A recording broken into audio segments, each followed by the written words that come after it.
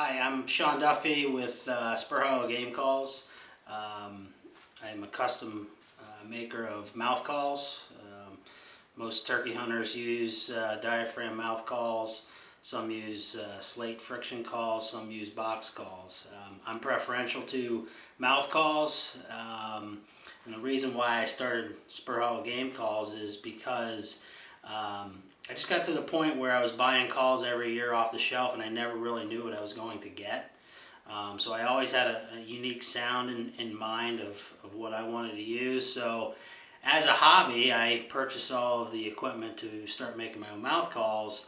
And then obviously making some for my father and some close friends. And here I am today. It seems to me like more and more people are hearing about my calls, and I've been getting the calls out there. So it's more of a hobby. I'm not out here to be the next Will Primos or anything like that, but I enjoy what I do, and I really like the collaboration I have with other hunters. They come to me with what type of sound they're looking for, and I'm able to do that with the right equipment. So today I'm just going to demo a few of my mouth calls, give you a little bit of a sense of different sounds and what the calls are capable of doing. And hopefully you enjoy them and look to Spur Hollow Game Calls to make you some calls. So I'm going to start off with probably the most popular call. It's a double reed, mid-tension, kind of a mid-pitch and rasp V-cut call. Probably the top seller that mostly everybody's interested in, and it's a rather simple call to use. I'm not going to get into the techniques of how you do it. Mouth calls are something you have to practice with. But anyway, this is what we call the VP. It's a double reed V-cut.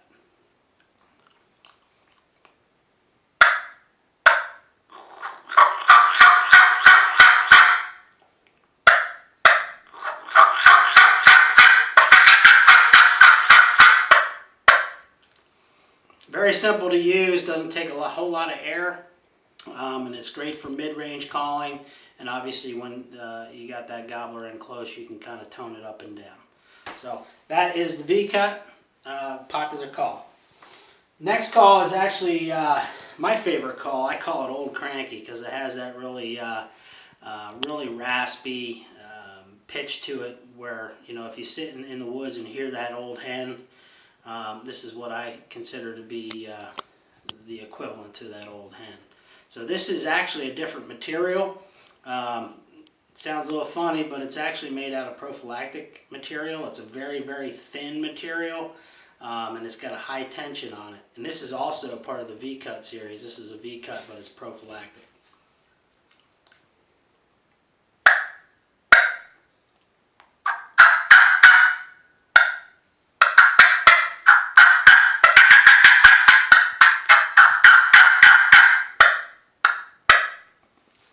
So you can hear the sound differences. Again, this is my preferred call, and it's a little bit harder to use than the double reed, but again, same results. Then I also have a stock call. It's a batwing cut. It's common. You find these in the stores all the time. It's a unique. It has more of a deeper broadcast, a little less rasp to it. Again, it's probably a mid-tension call, a little bit more difficult to use for the beginner, but a more advanced caller typically likes this call.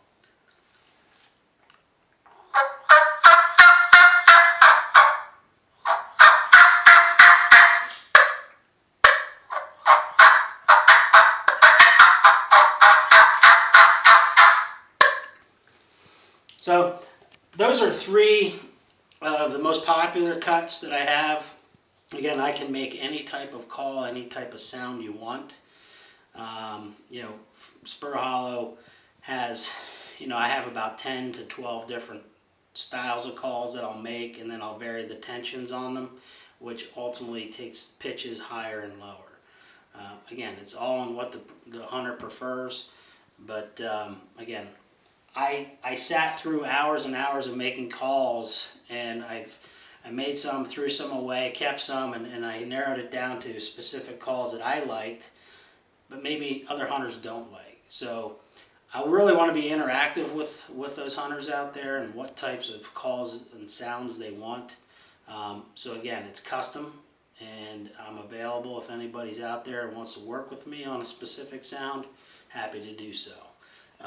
Just some additional calls, you know, that are out there. Sounds making in the woods. You know, there's a purr.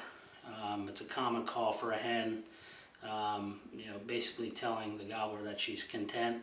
And then there's also fighting purrs, where there's maybe some young gobblers fighting or older gobblers fighting over hens. And you know, it's a call that I really just started to use. It took a lot of practice to be able to do, but I'll give you a little sample of that as well.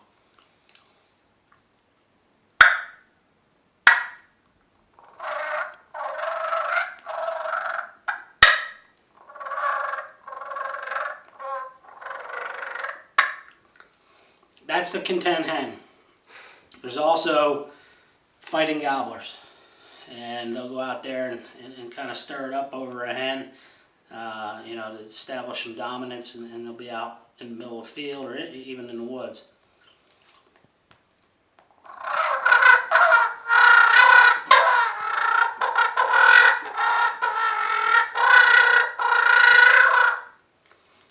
So it's more of a hyperactive purr call, and that's just them jumping up and spurring each other and doing what they do when they fight.